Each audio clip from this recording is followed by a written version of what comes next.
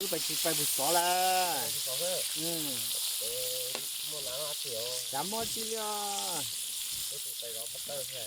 Giờ cái chấm mua liền. Những nhà nó chỉ cả nè. Giờ mà. Có chả. Yeah. Đó, xem đó những tí trẻ đây.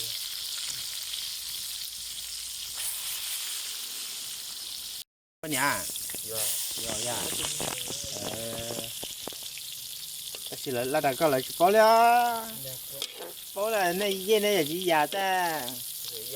Cái gì dâu ya. Chỉ xéo đó tú cái này. Cắt cửa mà nha. Cắt cửa thế này.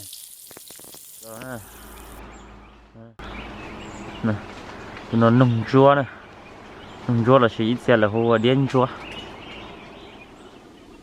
Chả, nó rất là nó có trâu gì. Tao lo nhau cú nó.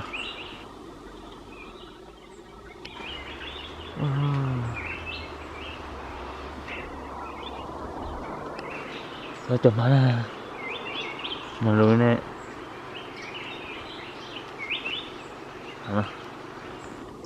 Đấy tư.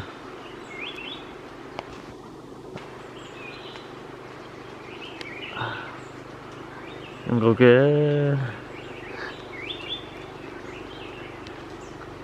Nè. Đi thứ nói nhiều cắn nào nè. Đấy cứ thế này zoom cho nó xét thế này. Xét từ nó như tao vỗ nè, từ nó nè. Nhưng chả nó thì chúng có cái trên rồi thế. Thế mà nhập plot chuyện có đứa dân trong xe thì nó sẽ như thế nó nè này tao vỗ mẹ nó chỉ là giờ tao vỗ thích sống à đậu sống này đậu sống này ôi chú tiêu từ tua chỉ bỏ trong này tiêu sẽ tao mà bỏ này già luôn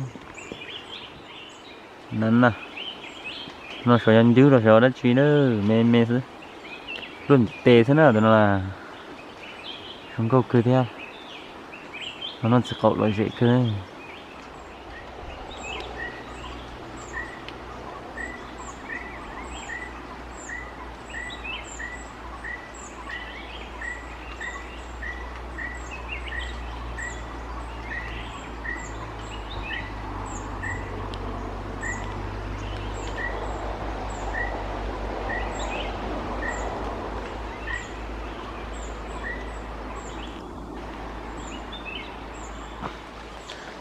thì bỏ đi nữa nó này nó những con gì nào thế té sắp tả nó